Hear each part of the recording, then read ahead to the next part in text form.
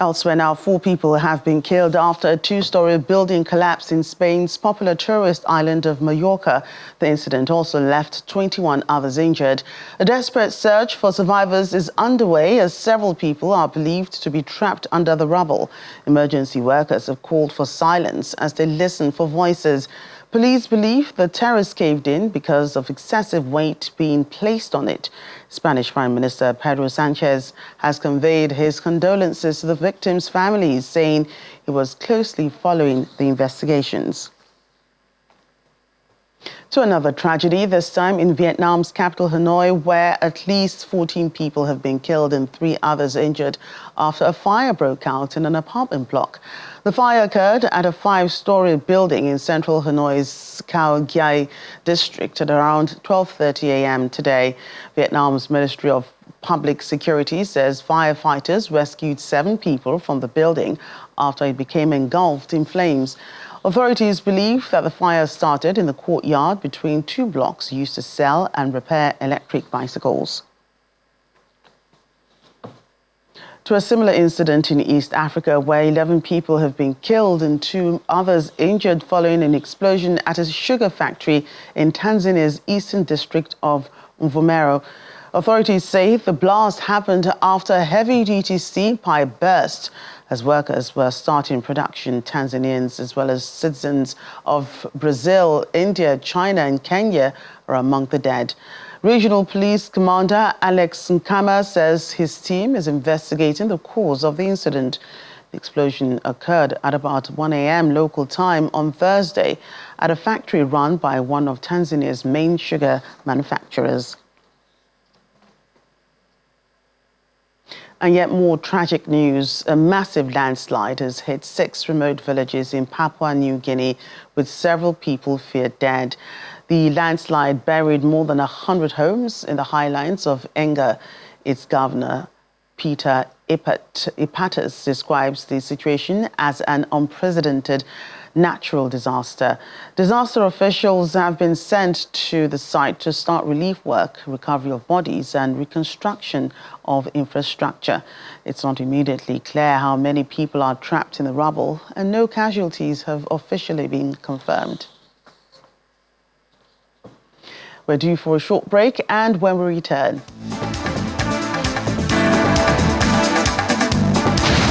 wreckage of United States World War II Navy submarine found in the South China Sea after 80 years. Do stay with us for details.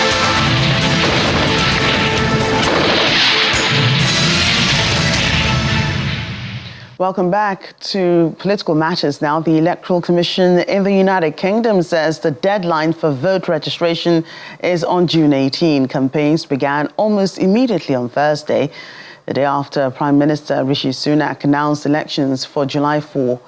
The main opposition Labour leader Keir Starmer is continuing campaigns in Glasgow. Mr Sunak has also taken his campaign to Northern Ireland.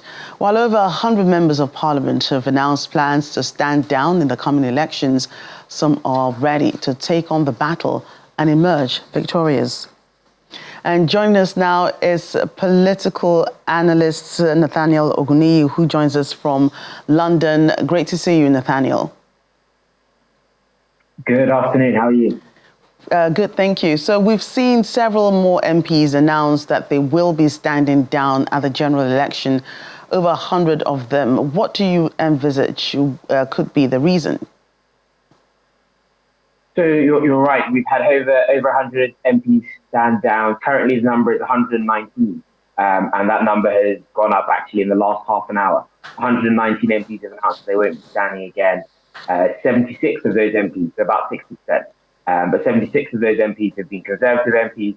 They include the former Prime Minister Theresa May, who you may remember took over from David Cameron after the 2016 referendum. It includes the former Deputy Prime Minister Dominic Raab. It includes the Health Secretary of the UK during the pandemic, Matt Hancock. And so there are a good number of high-profile members of Parliament that are standing down. Nadine Zahawi, who served as Chancellor under Boris Johnson for a few months, is also standing down. There are a number of reasons. So for some, it's because of changes in their constituency.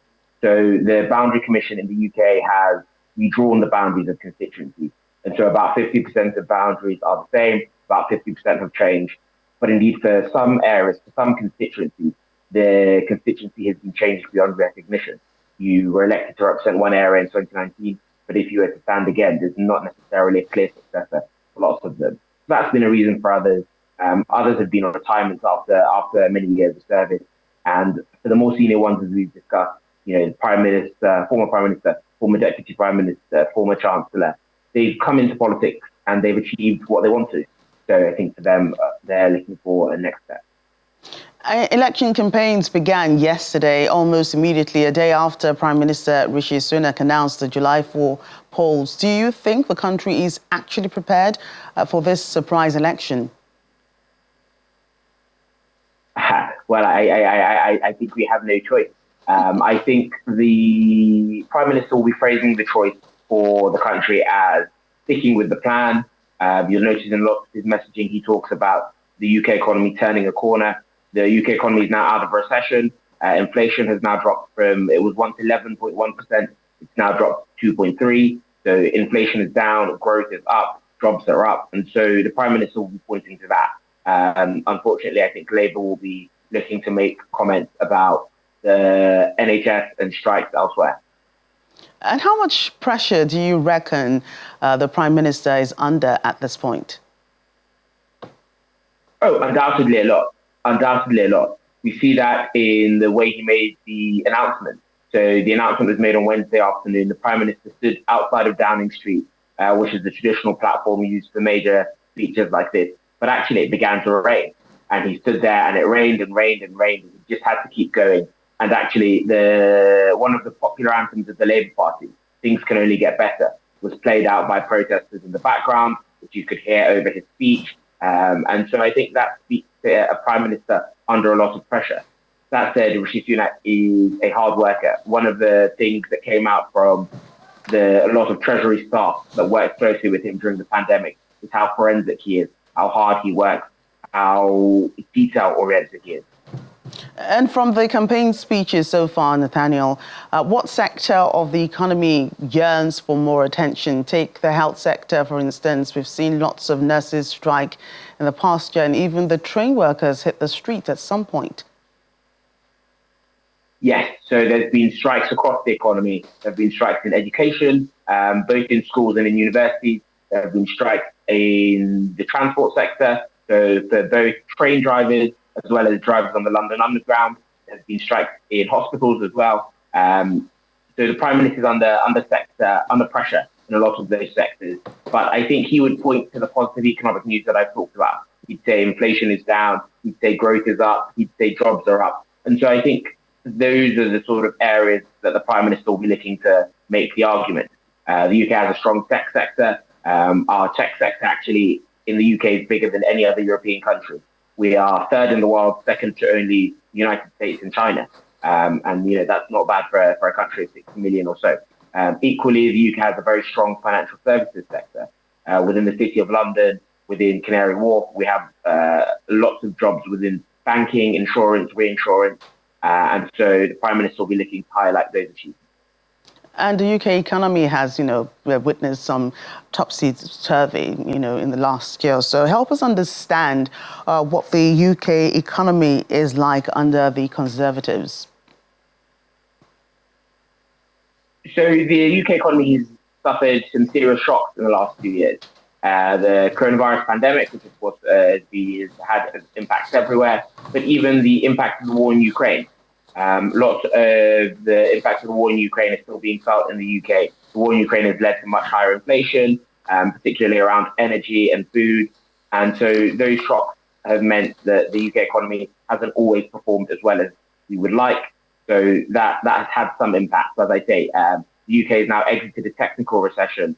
We're now looking to the Bank of England to cut interest rates. Interest rates, of course, determine the prices of mortgages, which are a big factor in lots of people's household budgets. The Bank of England Monetary Policy Committee will be meeting in June, and they'll be discussing interest rates. And of course, they'll be meeting again in August. But by August, it might be too late.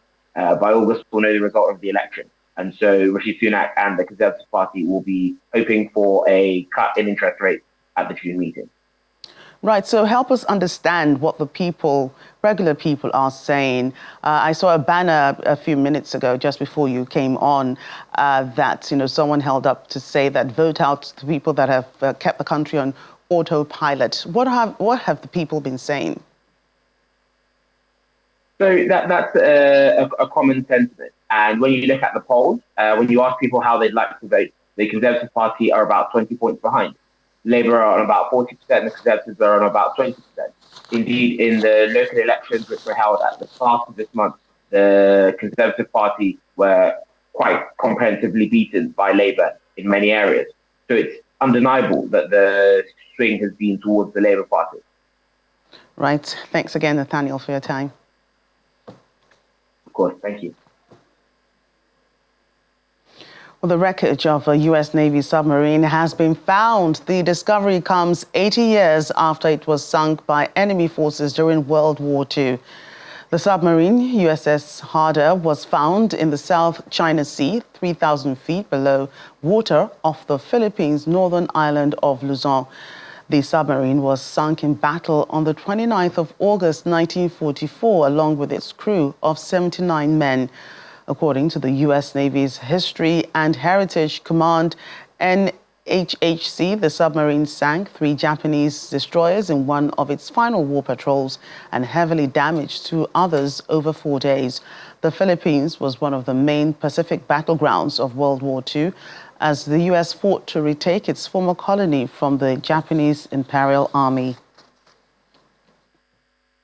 The United States says it will impose visa restrictions and review relations with Georgia over a controversial foreign agents bill that has sparked mass protests in the country.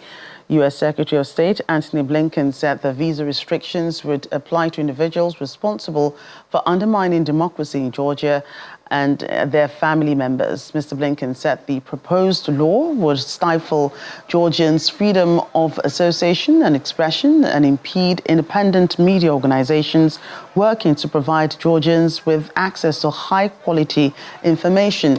The bill passed by the ruling Georgian Dream Party last week requires non-governmental organizations and media outlets with more than 20% of their funding coming from outside of Georgia to register as bodies pursuing the interests of a foreign power. Organizations that do not comply with the measures will face fines of up to $9,200, followed by additional fines of $7,300 for each month of non-compliance thereafter.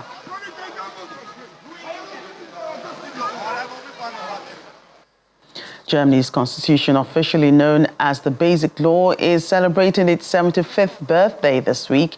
It was drafted in response to the unprecedented crimes of Nazi Germany, a country responsible for World War II and the Holocaust, the murder of 6 million Jews and many others across Europe. With me here to talk about the anniversary is DW correspondent Marie Sinner in Berlin. Marie, big celebrations took place in Berlin this week. Why is this a meaningful anniversary for Germany? The sentence of the German constitution is human dignity shall be inviolable. And the sentence is a direct response to the atrocious crimes of Nazi Germany, which utterly disregarded and disrespected human dignity. So in Germany, celebrating the anniversary of the German constitution also means celebrating the birth of German democracy, celebrating a new reality for the country that was laying in rubble 75 years ago. It's also a way of saying never again. That dictatorship will not happen here again because of Germany's modern basic law, according to which all citizens are equal, regardless of their race, origin, language, gender, or religion. And what's also special about the German constitution is that it was originally meant to be just a provisional agreement. The idea was that once West and East Germany were unified, the country would get a new constitution. But the so-called Basic Law, which is the name for Germany's constitution, proved durable, and it ended up becoming a permanent fixture So once the Soviet Union fell and East and West Germany reunited, they did so under the law that was already present in West Germany. And Germany's constitution enjoys high acceptance among Germany's citizens in both East and West Germany today. But nevertheless, during the anniversary celebrations that kicked off here in Berlin yesterday, Germany's President Frank-Walter Steinmeier called on Germany's citizens to continue to defend the country's constitution and its democracy. And what did he mean by that, for the citizens to, defend the country's democracy? Frank-Walter Steinmeier essentially said that there are clouds casting over Germany's democracy at the moment. And one development he was alluding to is the AfD, the Alternative für Deutschland, or Alternative for Germany, which is a populist far-right party that's currently polling as the second most popular party here in Germany. The AfD is designated as a suspected far-right extremist organization, and it's currently actually being observed by Germany's domestic intelligence service because it poses a potential threat to the German constitution, so to the very thing that's being celebrated at the moment. For example, some members of the AfD have worked on plans to deport German citizens with a migration background, and those plans go against the German constitution, which is built on human rights and equality for its citizens. And in a country like Germany, where democracy has failed against right-wing extremism in the past, the current situation obviously puts a spotlight on the meaning of the German constitution and on the importance of defending that constitution and democracy here. And Germany's constitution doesn't only play a role in Germany, it has become somewhat of an export hit with formerly authoritarian countries. Why is that? Yes, many countries that transitioned from dictatorship to democracy have used Germany's basic law as a template for a new beginning. That includes European countries like Spain and Portugal, and also, following the fall of the Soviet Union, countries like Hungary and Romania. The famous first sentence of the Constitution on human dignity, which I mentioned earlier, was even quoted word for word in the Constitution of Malawi. And when apartheid ended in South Africa, German constitutional lawyers advised the group drafting the South African constitution, and that group actually came to Karlsruhe, to Germany. And that goes to show that even though Germany's constitution is 75 years old now, and it is one of the oldest constitutions still in action, it is a modern constitution built on human rights principles, which still make up the basis for modern democracies today. Several evacuees from New Caledonia have arrived in New Zealand. New Zealand military flew 48 people into Auckland after being stranded during more than a week of violent protests. The riots, triggered by a controversial electoral reform, has been marred by looting and arson. 6 people, including 2 police officers, have also been killed and hundreds more injured.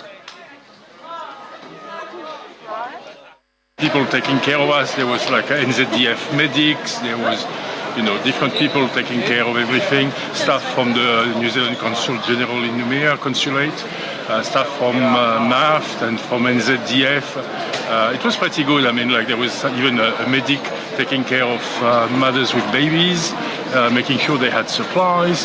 The arrangements were pretty good, especially considering the circumstances, and I'm sure a lot of people must have worked really hard behind the scene. I was in an area where it wasn't too bad, but you could still hear the stun grenades and see the smoke and, from the burnings. And of course, I have a lot of friends there and family, so I was getting a lot of updates from looting and burning and all that. So basically, the city is divided into 2 areas at the moment. The southern suburbs, where the tourist hotels are, is pretty safe, including the inner city. The northern suburbs at the moment are like guerrilla warfare. And people are having to defend their homes at night from burning and looting. They're running out of food and medicine, whereas because everything's been burnt down, there's no supermarkets, there's no dairies, there's nothing.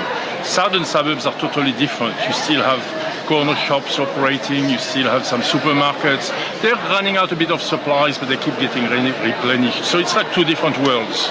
It was a very long 4 days trying to work out how long it was going to be, because every day was different. And then of course when Macron came over, it was all cancelled, and so we're sitting there just watching our phones, hoping to get a message or a phone call to say, you're on the next flight.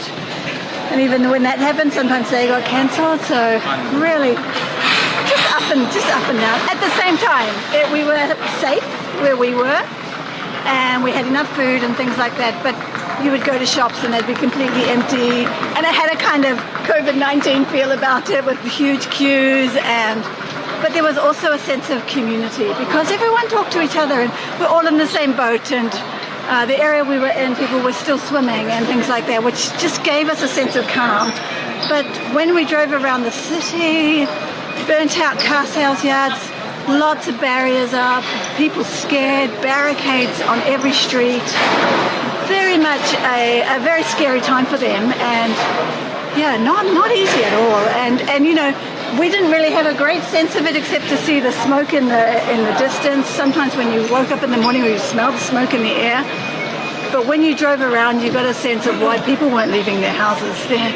Some of those big incidents were really close to people's homes and really close to where people do their everyday shopping, everyday getting around. The International Court of Justice in The Hague has rejected Mexico's request for provisional measures against Ecuador over an embassy raid in Quito last month. Mexico had filed the complaint against Ecuador at the United Nations top court in the wake of the April 5 raid. Ecuadorian police had stormed the compound in what many considered to be a breach of diplomatic conventions to arrest former Vice President Jorge Glas. Mexico said that Ecuador's actions had violated its sovereignty, calling for an apology or face suspension from the United Nations.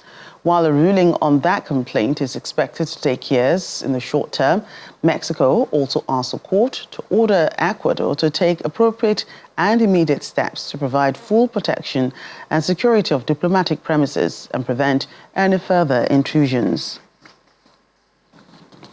The United Nations General Assembly has voted to establish an annual day of remembrance for the 1995 Srebrenica genocide despite opposition from Bosnian Serbs and Serbia. The resolution written by Germany and Rwanda received 84 votes in favor and 19 against. Only 68 countries abstained from voting. All victims equally. Mr. President, this resolution seeks to foster reconciliation in the present and for the future.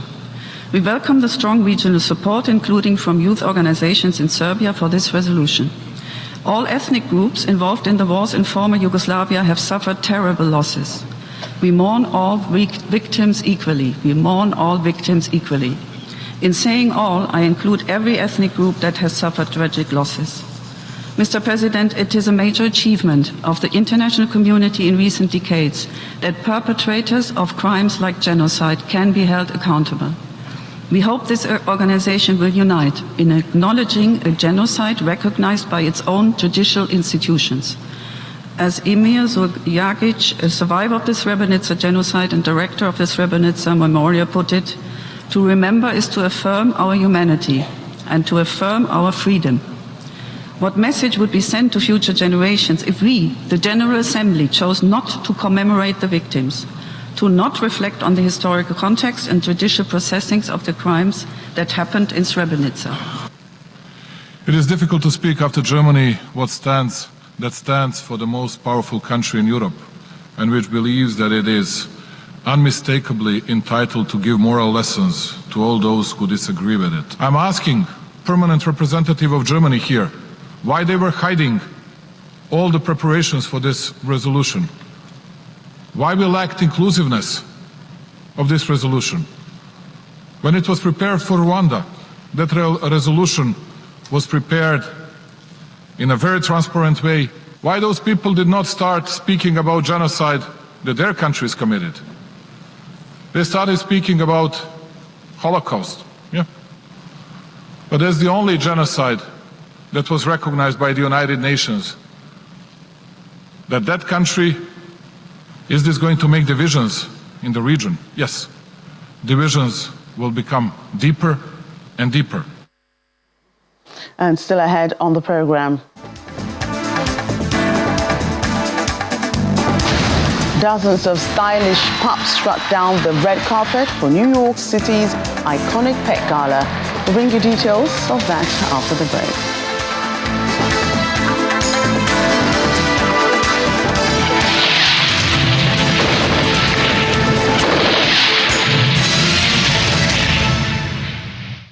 Welcome back. Chad has sworn in Mohamed Deby as the president of the country, completing a disputed transition to democratic rule.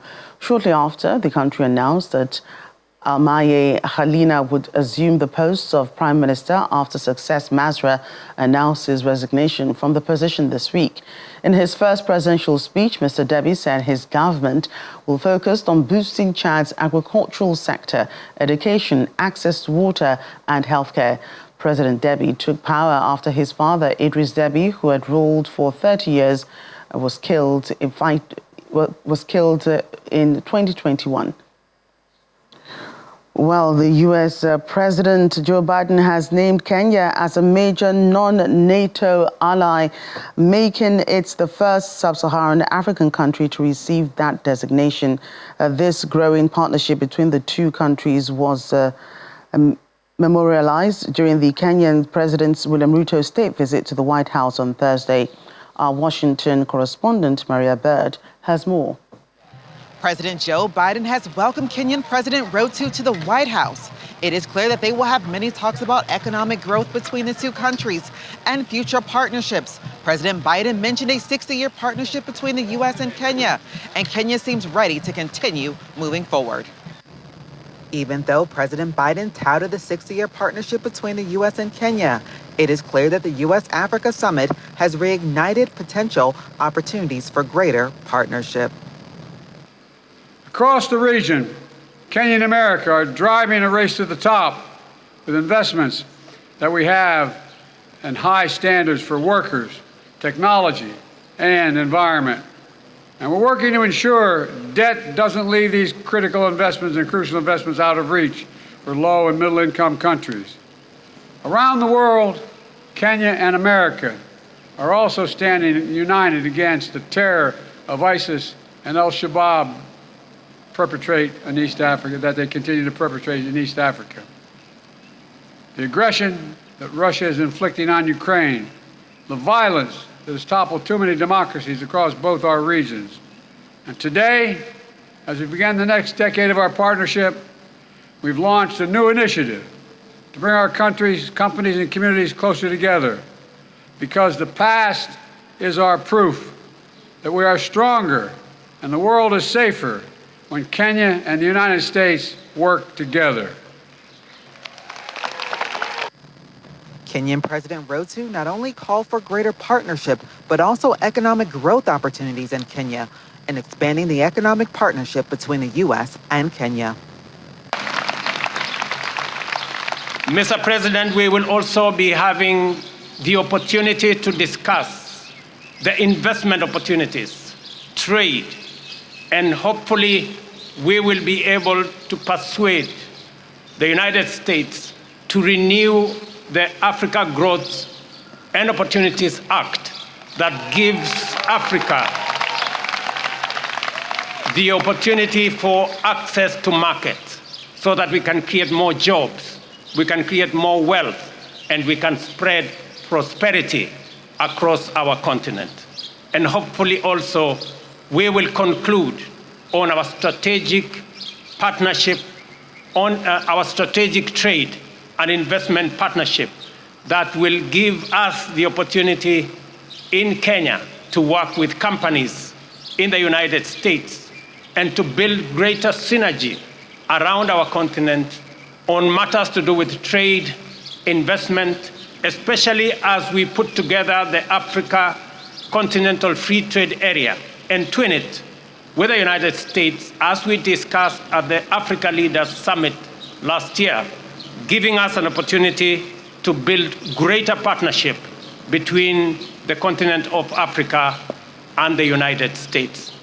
Kenya is the first African nation since 2008 to be honored at the White House. This event brought out many dignitaries, diplomats, and those across the diaspora who are hopeful to see greater partnership between the U.S. and Kenya. From Washington, Maria Bird, Channel Television News. 5 animators will represent Nigeria at the 2024 edition of the Annecy International Animation Film Festival to present their projects. The chosen 5 have been trained by the French Embassy in Nigeria to refine their films and pictures in preparation for the festival in the city of Annecy, France. At the Animation Festival. After a 4-day workshop of honing their craft and perfecting their pitches with the guidance of industry experts, these 5 animators have been selected to represent Nigeria at the 2024 edition of the Annecy International Animation Film Festival in France. Operation and Cultural Affairs. But while on the road to MIFA pitch session, the chosen 5 from over 20 applicants first present their animated content for a screening and pitch their project to other animators, producers and professionals in the animation industry. When we mention Nigeria and cinema, both of them we think Nollywood. And Nollywood genre is bustling industry. It's successful movies, both on the continent but also all over the world. And I would like to point out that Nigeria is also a land of animation with an ecosystem full of potential and potential people.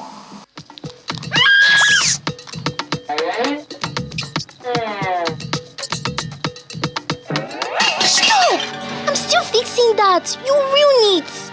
Throughout the week, these creative minds participated in intensive coaching and mentoring sessions where they learned to shape their stories, refine their pitch decks, and deliver compelling pitches. Or are you trying to ease your unending desire to become king amongst gods? It's fantasy, it's adventure, it's drama.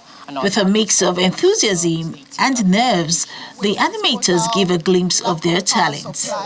Each project representing hours of dedication, creativity, and passion.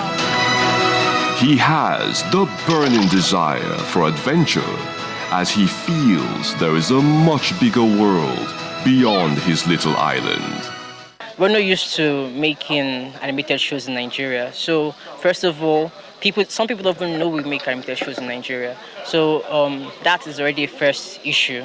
When you say, okay, we are creating something, sometimes people will believe that you can't make it, right? Which is why we have opportunities like this, where we show people what we can actually do. Also, power is a major issue because we work heavy on computers and when there's no lights. So, funding also another issue, but hopefully the more the animation society comes out, the more those problems would be solved. The power only is in God's hands. It's still coming up, but I can tell you we're not where we started. We've made a lot of progress over the years. We have more studios now, more people working for international clients and also developing their IPs and getting to a particular level where we can start chunking out volume for content. So yes, we've grown over the years and it can only get better henceforth. No matter how, anyhow, we are going to get it done. Last will be all right. That's how we are. That's the spirit. And so that spirit has permeated every aspect of our lives. So with animation, it's not even strange, So. The pitch session, facilitated by the French Embassy and Animation Nigeria, encourages an environment of growth and collaboration, empowering these animators to bring their unique stories to the world stage. So the goal of this training session is, of course, to make some co-production with international stakeholders, French, European, so that the project can be produced. Because it's not easy to produce animation content in Nigeria now. So that's why they need visibility. They need to attend international market to get some international stakeholders. Animation is expensive. It's expensive to make, and even our films, Nollywood, if you notice, you can't compare the budgets of Nigerian films with films abroad. And animation is very expensive to make. 1 minute of animation can cost hundreds of millions, even depending on the quality and stuff like that. So that's the reason.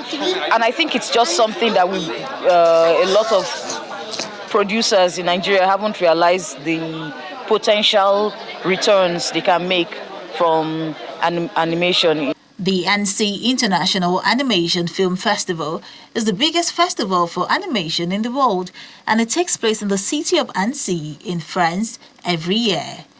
It is a platform where the finest talents in animation showcase the best original animation film project in development. The 5 film producers selected, along with a delegation from Nigeria, will be sponsored by the French Embassy to the festival this year. And finally on the program, dozens of stylish pups strutted down the red carpet in dazzling outfits at the iconic New York City Pet Gala. The dogs can be seen dressed in costumes inspired by celebrity looks from the Met Gala, posing for the paparazzi. The red carpet featured a flower wall aligning with the 2024 Met Gala's The Garden of Time theme. The event took place at the non-profit AKC Museum of the Dog in Manhattan, emulating the haute couture fundraising event held every year since 1948.